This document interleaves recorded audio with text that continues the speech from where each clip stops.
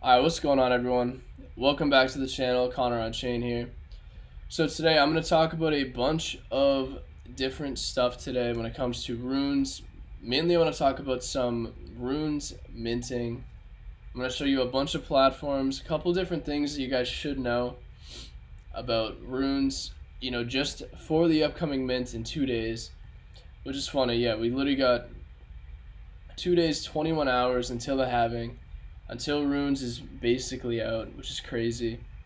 But again, I want to show you guys a bunch of platforms that you can use to mint potentially, or to etch your own runes.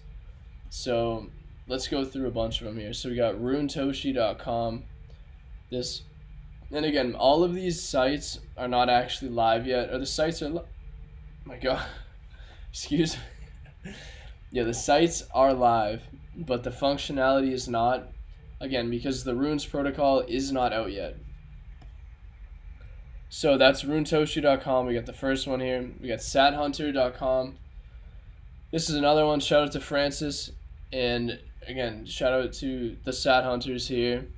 So they got another, basically the same kind of functionality. You'll be able to mint, etch these runes when they come out. But there's going to be little to no gas fee if you hold one of their Sat Hunter ordinal NFTs, which is really cool. And I think there's another couple benefits as well to holding these. So definitely want to check that out. It's going to be probably a really good mint experience if you hold one of these for, runes so far. Another platform is Runevo BTC. They're building a mobile-first tooling for runes. And their targeted launch is the date of the halving. Excuse me. And the halving again, it's in just about 3 days from now. And they just minted their NFTs, so that's another one. runebtc.xyz. This is going to be another website in which you can etch, you can mint, do whatever you want to do. So in 2 days, 19 hours, they plan on launching this.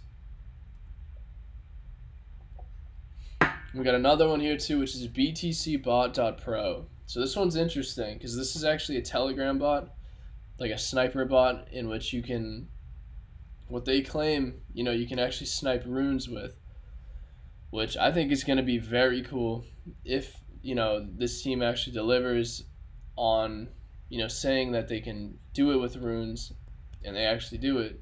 I'd be curious because, again, runes is not even out yet. And if they can get this out day one, that would be very, very cool. But that's BTC bot. Personally, I'm going to be messing around with this, trying to see if I can use that. So we got Runes Terminal, another classic platform. They're going to have a platform, or part of their platform, for etching runes, which is same thing as minting.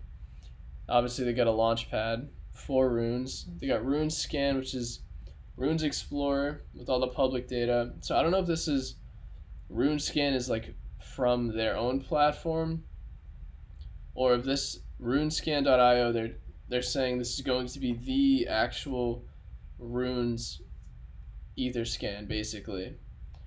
So, but it's interesting anyways.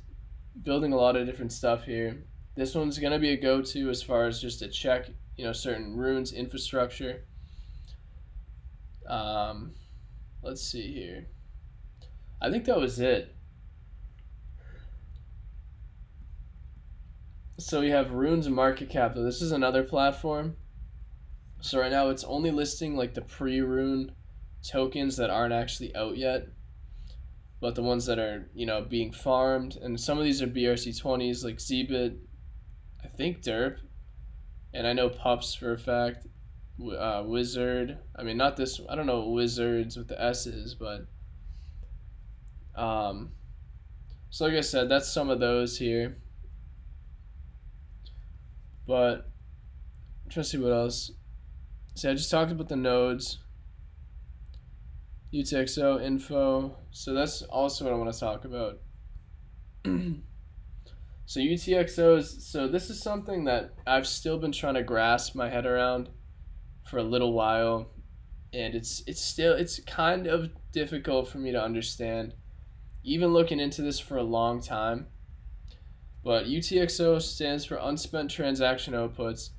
Replace traditional account balances by tracking every unspent Bitcoin from past transactions,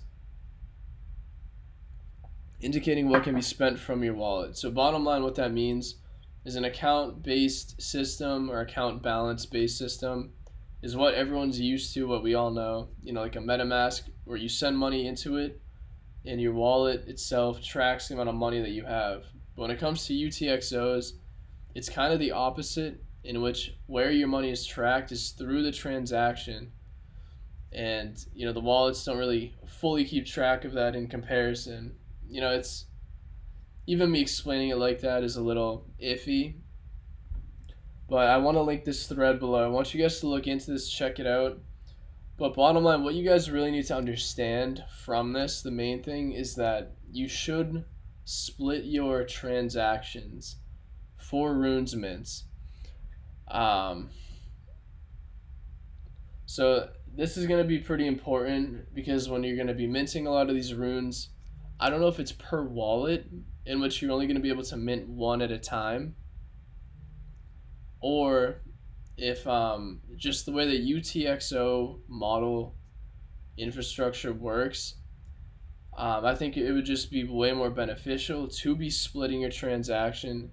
You might be able to go through this thread and find a little more info, or look into UTXOs a little bit more to get more clarification on that.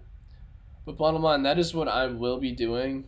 I have an Xverse wallet, I have a Unisat wallet, but I'm actually going to be using Xverse for some of these mints because most of these platforms I think have, Xverse integrated. But what I will be doing is sending from one of my other wallets into this new Xverse that I created. But I'm going to be generating a bunch of different almost like sub wallets inside the one wallet. So if you open up Xverse, I'm not going to open it up here because I think I'm logged in. It's going to just list your account at the top, and then what you can do from there is you can generate another wallet, you can generate a bunch of different wallets, but it's all still under the same Xverse wallet. And you want to fund each individual wallet with a little bit of Bitcoin. I'm gonna probably put a couple $100 in each, maybe maybe a little more, and just go from there. Because again, it's just from what I've seen, that is what I'm going to be doing. Either that or messing around with BTC bot and seeing what I can do. But BTC bot is going to be doing kind of the same exact thing, but they just have other functionality that may help, over the span of a couple days to make things a little faster. But that's kind of mainly what I wanted to talk about today. Just throw a lot of that info out. This is another platform called RunesBridge. This, be very, very cautious of. I probably shouldn't have even brought this up, but this is actually a runes-based protocol on ETH. I personally just don't know if I trust it 100%. But they do claim to have a runes mint, section here, which is why I brought it up. I wanted to bring it up with these other ones. I don't think I did. Yeah, look at that. I got super old NFT projects I used to mess around with, just testing stuff. That's crazy. But anyways, yeah, and so something else I do want to talk about. They have postage listed here, but I'm going to talk about transaction fees. So this is going to be one of the final things I talk about right now. So when runes actually launch on the 20th or 19th, whenever it actually launches, I expect gas fees to go crazy. I think they're going to be very, very high. And what you're probably going to want to do if you are going to be minting the second everything launches is when you're making a transaction, you want to set this right here, SAT/VB. You want to set that to a very high level. And how you're going to do that is you want to gauge on this site, mempool.space. You're going to want to see what the transaction fees are going for. Because again, right now, Bitcoin's, it's kind of slow. It is what it is, right? It's just normal. when we're gonna have thousands upon thousands, probably tens of thousands of people all on the same block, 840,000. Once the halving hits, this fee could go to crazy numbers. It could 2 to 3, 4, 5x from here. I don't really know how high these fees can actually get. I don't know if they can shoot up from here to go to 500, 1,000. Or if a very high fee rate from here is usually 100, 150. So I'm going to be gauging it the day of runes, once runes actually launch, because I'll be watching and seeing if transaction fees can go down. Let's say after the first few minutes, first 10, 20 minutes, and then fees go down very heavily, depending on other, certain factors. That's what I'm going to be watching for. Especially is going to be the gas fee, but that's mainly what I got for you guys today. Just wanted to give you guys a bunch of platforms in which you can actually mint these runes, because I didn't talk about that in the last video. I'm actually going to link a video up right now. If you guys want to know a little bit more about the intricacies and just little details about runes as a protocol itself, check the video out, I think over here.